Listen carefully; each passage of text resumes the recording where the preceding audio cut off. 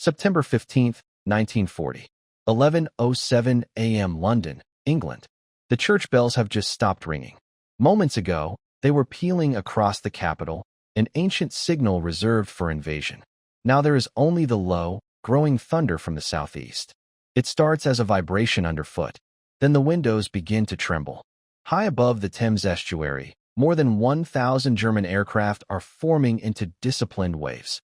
Heinkel He-111s, Dornier Du-17s, Junkers Ju-88s, escorted by Messerschmitt Bf-109 fighters slicing through the morning sun. The largest daylight raid yet of the war. Inside number 11 Group headquarters at RAF Uxbridge, Air Vice Marshal Keith Park stands rigid over a plotting table. The room smells of sweat, cigarette smoke, and hot wiring.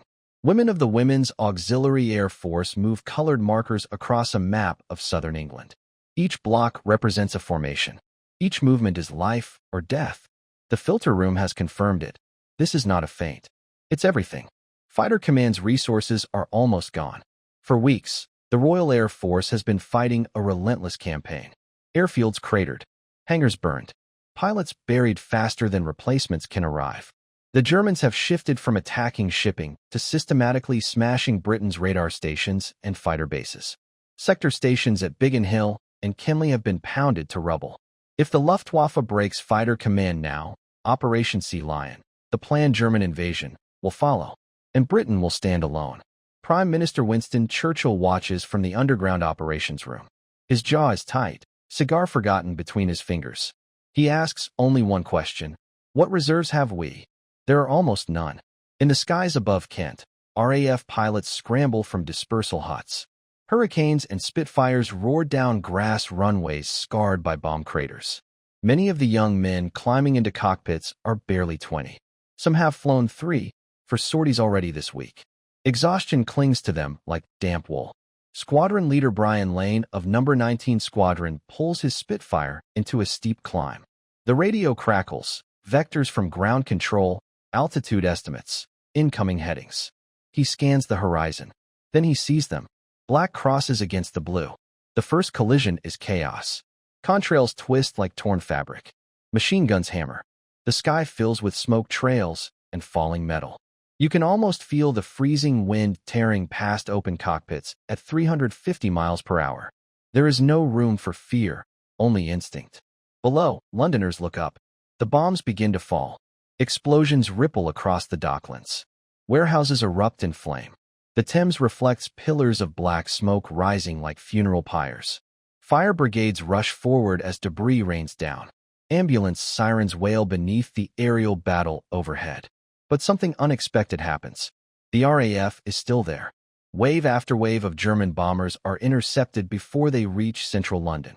Radar, Britain's secret advantage, feeds precise information into the doubting system, allowing Park to deploy his squadrons surgically. Instead of committing everything at once, he rotates units. Small formations strike, withdraw, refuel, rearm. Again and again. The Luftwaffe had believed Fighter Command was finished. It isn't. By early afternoon, wreckage is falling into the channel. German losses climb higher than expected. Escort fighters cannot be everywhere at once. Bombers become exposed. In Berlin, Reichsmarschall Hermann Göring listens to early reports. The British resistance is stronger than intelligence predicted. That is inconvenient. Back over London, squadron leader Lane spots a Heinkel lining up for another run. He dives, guns blazing. The bomber's engine bursts into flame. It spirals downward, vanishing into smoke. Cheers erupt over the radio. But victory is fragile. Fuel is running low. Ammunition depleted. Pilots shot down. Several RAF squadrons are reduced to half strength. Mechanics on the ground work frantically, patching bullet holes with canvas and hope. As dusk approaches, the final German formations withdraw across the channel. It looks like a British success, but intelligence intercepts tell a darker story. The Luftwaffe is not finished. In fact, they are preparing something even larger. And Britain's fighter strength, though unbroken, is bleeding. The next 48 hours will decide everything. Because if Fighter Command collapses now, there will be nothing left between Hitler and the shores of England. And in Berlin, the order is already being drafted. 2. The edge of breaking. September 16, 1940. 6:12 a.m. RAF Biggin Hill, Kent. The air smells of burned fuel and wet grass. Ground crews move like ghosts through the dawn haze, their boots crunching over shattered concrete. Hangars are skeletal frames, twisted by weeks of bombing. One dispersal hut still smolders from the previous afternoon. Yet mechanics are already working, hands black with oil, sleeves rolled, eyes red from no sleep. A Spitfire coughs to life. Inside the operations room, telephones ring without pause. The plotting board glows under harsh lamps. Sector controllers speak in clipped, urgent tones. The doubting system, Britain's revolutionary network of radar, observers, and centralized command, is still functioning. But barely. Air Chief Marshal Hugh Dowding, head of Fighter Command, has done the unthinkable over the past month. He has refused to send reinforcements to France. He has rationed squadrons. He has endured political pressure from London demanding larger, dramatic confrontations. Instead, he has preserved the core. Now, that reserve is almost gone. Intelligence from ultra-decrypts indicates renewed mass formations assembling across northern France. Luftflotte 2 and Luftflotte 3 are coordinating. The Germans believe yesterday proved the RAF is hanging by a thread. One decisive blow, one concentrated effort, could snap it. At 9:40 a.m., radar stations at Ventnor and Dover detect the first formations lifting off. Long chains of aircraft building over Calais and Boulogne. Hundreds. Park studies the board. His squadrons are depleted. Pilots exhausted.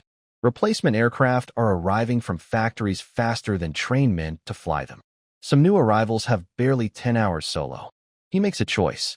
He will commit nearly everything. Sirens wail across southern airfields. Pilots sprint toward waiting fighters. You can almost hear the heartbeat in their ears as they strap in. The canopy slams shut. Throttle forward. Grass strips blur. The sky fills again. This time, the Germans are determined to force a reckoning. Messerschmitt Bf 109 sweep ahead in aggressive fighter screens. Bombers fly tighter formations. They aim not merely for London, but for the airfields themselves. Biggin Hill, Kenley, Hornchurch, the nerve centers. If those sector stations fall, the entire command network collapses. Above Maidstone, the first dogfights erupt. Hurricanes of No. 303 Polish squadrons slash into bomber streams with ferocious precision. Many of these Polish pilots escape the fall of their homeland. They fight with a fury sharpened by loss. One Heinkel after another breaks formation. But the German escorts are relentless. Bf 109s dive from altitude, cannons flashing. A Spitfire rolls inverted, trailing smoke. Another pilot bails out, parachute blooming white against black clouds.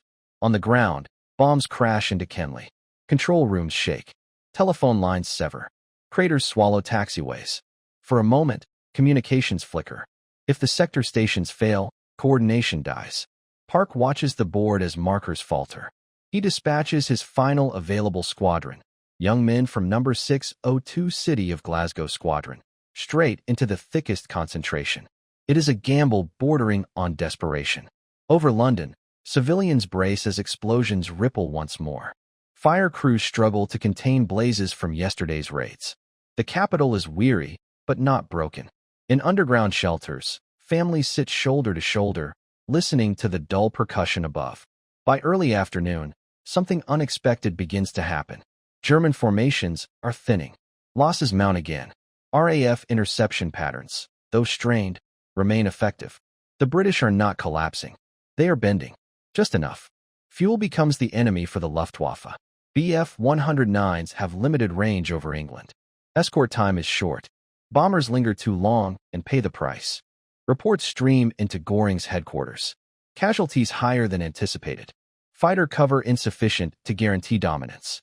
British resistance stronger than intelligence projected.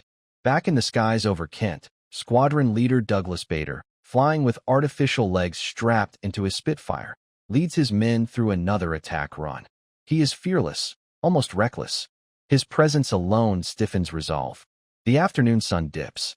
German formations turn southward. Withdrawal. On the ground at Uxbridge, a tense silence fills the operations room. Park removes his headset slowly. They have held. Again. But at what cost? Aircraft losses are mounting on both sides. Pilot fatigue is reaching critical levels, and German invasion barges remain massed in channel ports, waiting for air superiority. In Berlin, Adolf Hitler demands a report. Has the RAF been destroyed? The answer, for now, is no. But the margin is razor thin. If the Luftwaffe changes tactics, if they focus again on airfields instead of cities, Fighter Command may not survive another 48 hours. And that decision is about to be made. 3. The decision that saved an island. September 17, 1940. 10:30 a.m. The Reich Chancellery, Berlin. The map table is covered in red arrows. Adolf Hitler stands over the English Channel, carved in paper and ink. Along the French coast, tiny model barges cluster in ports from Calais to Cherbourg, flat-bottomed river craft hastily converted for invasion. Operation Sea Lion. The invasion order sits ready. Across from him, Reichsmarschall Hermann Göring delivers his report. The Luftwaffe has struck London repeatedly. British morale should be collapsing. Fighter Command must be near exhaustion. But there is a problem. The RAF is still flying. Despite weeks of bombing, British fighters continue to intercept in strength. German losses, particularly among experienced bomber crews, are rising. The Bf-109's limited range means escorts cannot fully protect the bombers over London. Each mission stretches the Luftwaffe thin. Hitler listens, expression unreadable. He had expected air superiority by now. The Wehrmacht cannot cross the channel without it. The Royal Navy would tear apart a slow-moving armada of barges unless the RAF is neutralized. Göring insists victory is close. One more push. A sustained assault on London will break civilian morale and draw the remaining British fighters into decisive battle. But the shift to bombing cities, away from sustained attacks on radar stations and sector airfields, has given Fighter Command breathing space. Damaged runways have been repaired. Radar masts rebuilt in days. Control rooms relocated underground. Doubting's system, brilliant, fragile, has survived. And now, intelligence is telling Hitler something else. Reports from reconnaissance flights indicate British fighter production is not collapsing. In fact, factories at Castle Bromwich and Southampton are delivering new Spitfires faster than anticipated. Pilots may be exhausted, but aircraft numbers are stabilizing. Across the Channel, in the ports of Boulogne and Calais, German troops wait beside invasion barges. Soldiers write letters home. Some joke nervously. Others stare silently at the gray water separating them from England. They all know the truth. Without air superiority, crossing is suicide. Back in London, Churchill visits Fighter Command. He descends into the operations room at Uxbridge once more. As markers move across the board, he watches young WAF plotters calmly tracking enemy formations. At one point, he turns to Dowding and quietly asks, "What other reserves have we?" Dowding's answer is simple. There are none. You can almost feel the weight in that room. If the Luftwaffe renews concentrated attacks on sector stations today, if they knock out 2 or 3 key airfields simultaneously, the system could unravel. The margin is measured in hours. But the German strategy has shifted. Instead of crushing Fighter Command's infrastructure, they continue to hammer London. The blitz intensifies. Night after night, waves of bombers target docks, railways, and residential districts. It is devastating, but it is not decisive. And that difference changes everything. On September 17th, Hitler makes his decision. Operation Sea Lion is postponed indefinitely. The official reason: the Luftwaffe has not achieved the required air superiority. Unofficially, it is an admission. Britain has not been broken. The invasion barges remain in port. Troops are quietly reassigned. The Wehrmacht begins planning eastward, toward the Soviet Union. In Fighter Command, there is no celebration. Losses have been brutal. Over 500 RAF pilots killed in the campaign so far. Airfields scarred. Cities burning. But the Corps has held. In those 48 hours, September 15th to 17th, Britain stood at the brink. Had Fighter Command collapsed under sustained airfield attacks, the Channel might have filled with German ships. The Royal Navy forced into a desperate daylight battle without air cover. London isolated. Instead, the RAF endured. Churchill will later stand before Parliament and deliver words that echo through history. Never in the field of human conflict was so much owed by so many to so few. He is speaking of the pilots. The exhausted young men who climbed into cockpits again and again when there were no reserves left. The Battle of Britain does not end that week. The Blitz will rage for months. Cities will burn. Civilians will die. But the immediate danger of invasion has passed. And with it, the war changes shape. Because Britain remains in the fight. An unsinkable aircraft carrier off the coast of occupied Europe. A base from which American forces will one day launch. A staging ground for D-Day. A symbol that Nazi Germany is not unstoppable. All of it hinges on those razor-thin days.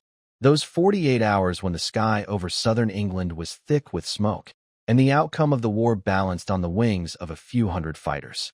They were outnumbered, outgunned, exhausted, but they did not break.